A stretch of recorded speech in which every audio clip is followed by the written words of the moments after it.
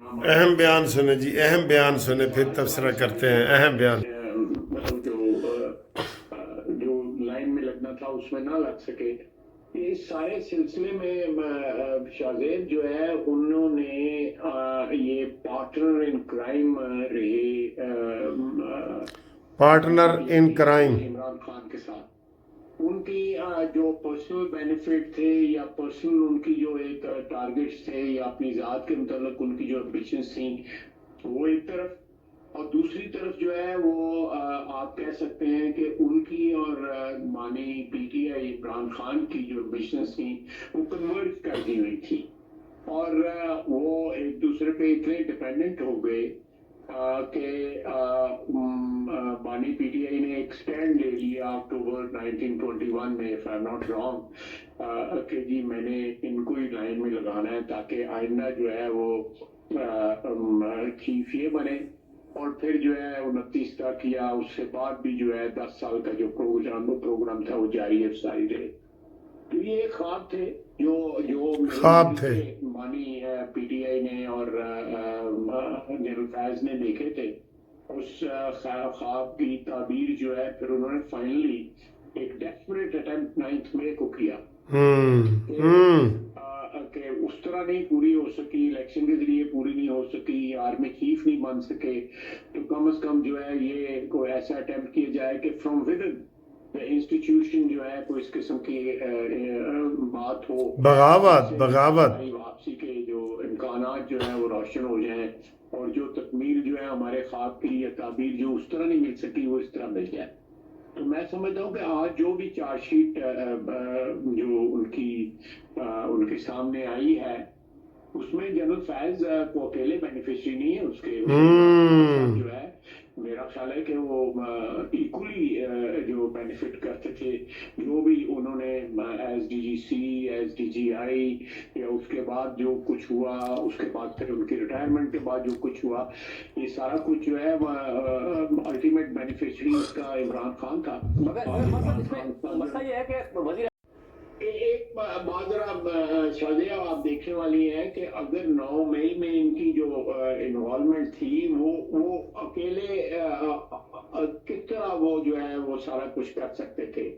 انہوں نے definitely attempt یہ کی ہوگی کہ ود ان دا رینکس جو ہے وہ بھی کوئی کسی قسم کی وہ آوازیں اٹھے اور کچھ قسم کی جو ہے وہ ہیلپ ہو سکے، فوج کے اندر بغاوت، یہ ساری جو بھی واردات نومی کی تھی اس کو ابیٹ کر سکیں، پر نہیں ہوا، وہ نہیں ہوا۔ لیکن اٹیمپٹ جو ہے اس کو تو وہ تو صاف نظر آتا ہے کہ there was an attempt to you know attempt to tempt people to rise against the government۔ السلام علیکم۔ لو جی، گھومتی چائے نیازی کو منطقی انجام تک پہنچائے، اور منطقی انجام آپ کو پتہ لگ رہا ہے نا، آ رہا ہے نا، قریب آ رہا ہے منطقی انجام جناب۔ گھومتی چائے کامیاب ہو رہی ہے، یہ دیکھیں ڈبو کے ایسے کبھی آپ نے کھایا ہے رس؟ یہ رس کیک رس ہے، یہ کون سا رس ہے، یہ دیکھیں۔ واہ جی واہ، گھومو بھائی گھومو۔ جب یہ نہیں نا گھومتی آپ کہتے ہیں جی آج تو چاہ گھوم ہی نہیں رہی۔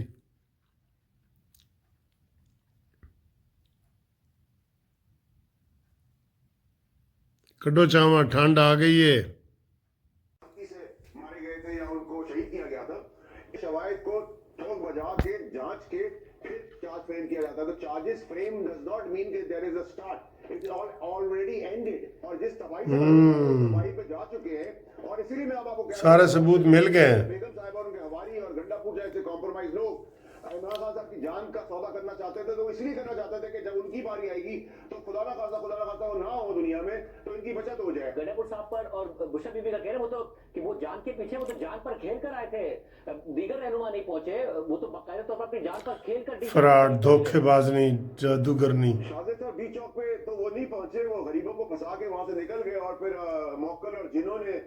جو کہانیاں بتائیں کہ وہ ان کو گھسیٹ لیا، غزل و خوب کر لیا گنڈا پور صاحب نے، اور پھر اس کے بعد آپ ہی کے کیمروں نے بتایا کہ وہ ٹائر کی گاڑی میں جا رہی ہیں، پھر ٹائر پنچر کی کہانی جھوٹی پڑ گئی، پھر کیمیکلز پھینک دیے گئے ان کی گاڑی کے اوپر۔ تو بیگم صاحبہ سے میری گزارش ہے کہ وہ موکل اور جن بلا کے فیض حمید کو بھی چھڑا لیں اور عمران خان صاحب کی جان